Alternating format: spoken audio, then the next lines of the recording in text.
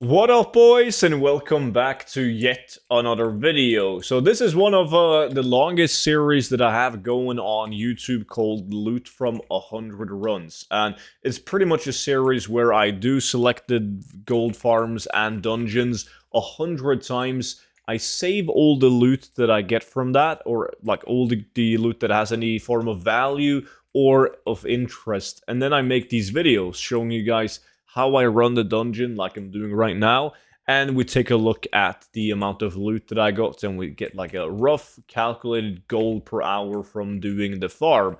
Now, the cool thing about it is the fact that RNG plays such a big role that the amount of gold is like extremely different from each time I do it. Now, I've probably done loot from 100 old demand, like this video is about like 5, 6, 7 times that I've recorded, and I have over 2,000 runs of old demand in total.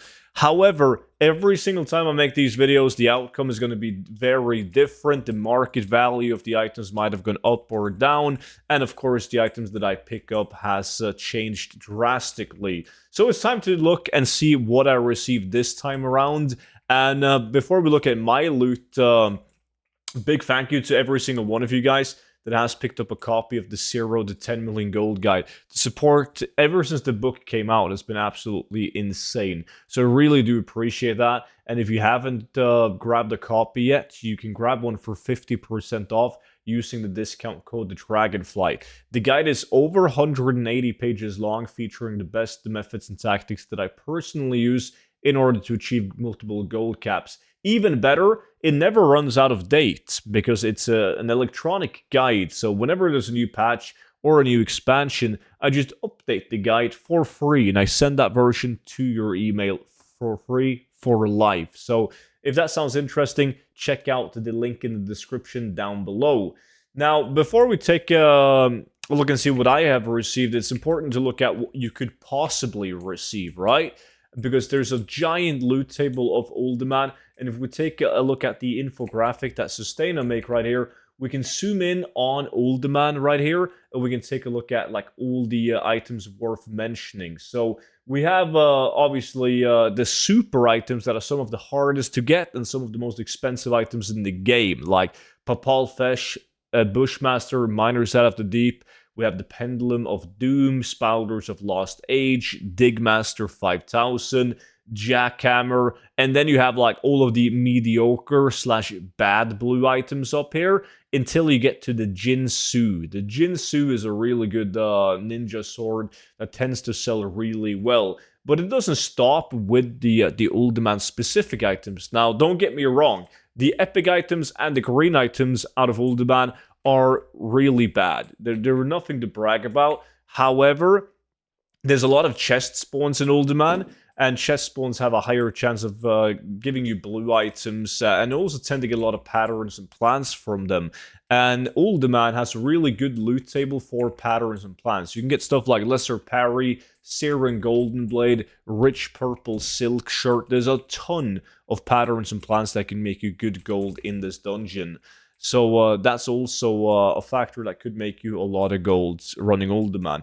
That being said, though, like I can't express this enough. Nobody in their right mind should farm old demand, right? Comes to a shocker to a lot of people, but I don't consider old demand to be a good dungeon anymore. Back in the days, sure, yeah, it actually was, because if you got a blue item from old demand, any of the blue items that are like specific to old demand the dungeon, like the shoveler or the adventurer's pit helmet, any of those, and they would sell for like 25, 40, maybe even 50,000 gold each. They were good.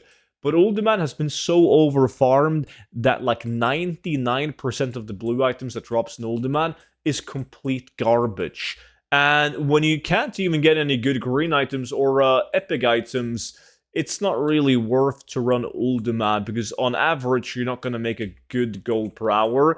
There's just what I'm trying to say is there's just so many other alternatives that you can do instead that has a way higher chance of filling up your auction house than running Uldaman is. Like, Uldaman is something that you run if you're feeling goddamn lucky, or you already have a really good auction house with a lot of transmog items on it. Now, the run that I'm running in Uldaman, pretty much, it kills every single mob in the dungeon, right? And it's definitely a plus to have a profession on your toon that allows you to open up locked chests, like inscription or jewel crafting, for instance. Because, as I explained earlier, chests are really good. Increased drop chance of blue items. There's a lot of patterns and plants in it. Once you get to this room, please make sure you kill the last boss, and then he's going to open up the doors behind him. And inside those doors, you have a chest that you should loot that can contain a lot of good loot. Now, that being said, once I've looted this one, I used Dreamwalk. I poured in and out to reset the dungeon so I can go back to farming Uldaman again. And an important note, when you see me do this test run for this video, I'm not looting the mobs, but you should always loot the mobs. I mean, I'm not looting the mobs because I've already have a loot from 100 runs in my bags. But yeah, normally I always kill the mobs, loot. Kill the next mobs, loot. Like, constant loot. Because the only items that will be sent to your mail is the items that drops from the bosses. So please make sure to loot when you're running Uldaman. Now for the part that you've all been waiting for, and that is, what did I get? How much gold did I make, right? So I've divided the loot into different bags where we have random green items, blue items, and patterns and plants. When it comes to green items, like the items that's called Captain and Male Combat, they have a unique appearance, meaning that there's no other item in the game that shares the same appearance as them. So look at the sell rate, they typically do well. However, there's so many, they drop from so many loot tables that they tend to have a relatively low value. But they always sell, so for the most part, I will always post these on the auction house. Now, I didn't get any, like, super big patterns and plans. I did manage to get Lesser Parry, which is 42k in my realm. And then I got the Shadow Hood, which is quite nice, sitting at lower than market value, but 53,000 gold on my auction house. In terms of blue items, I got Double Shoveler, and this is what I'm talking about. They're now going for 2.7k on my realm, with a reach and sales average of 2.3k. I used to sell these bad boys like 8-9 years ago for like 25 to 40,000 gold. Same thing with the Unearthed Advanced, they're 200 gold each. The Pit Helmet, for some reason, is 74 gold each, even though it's a unique appearance item. You have the Beacon of Hope, which I got 4 of at 2,000 gold each. You have the Spirewind Feather at a horrible 249 gold each. I got 3 energy cloaks at 75 gold each. I then got 1 obsidian cleaver at 5k gold. Got the monolithic bow. Once again, it's a unique item, but it's still only 5.5k in my realm. I got the Stonevolt Shiv at 400 gold. Excavator's Brand at 1.2k gold. It's a weapon, it's unique, but there's so many people doing Uldaman, so only 1.2k. I got the Stonevolt Bonebreaker, which is a relatively decent item. It does share appearance with one other item, but I've had some good sales on these in the past. Now, there's currently none posted on my realm, so that's pretty good, because then I can post it for more than market value and try my luck.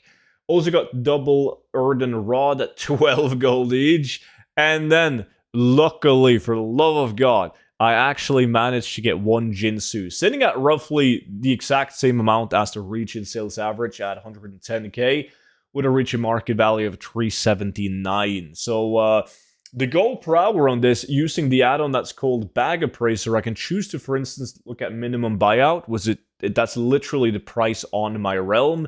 And it says that I have 255,000 gold in my bags. Now it takes 10 runs takes 1 hour, so 100 runs 10 hours.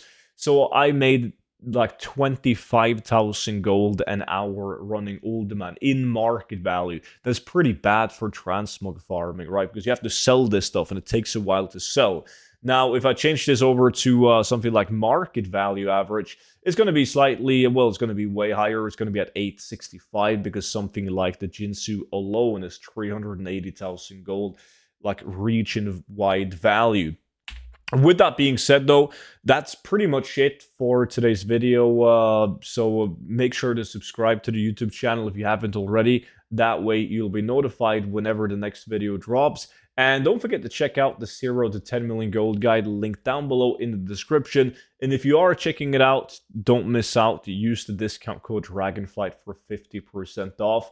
And yeah, that's pretty much it. Thank you guys so much for watching, and I will see you all back in at tomorrow's video. Bye-bye.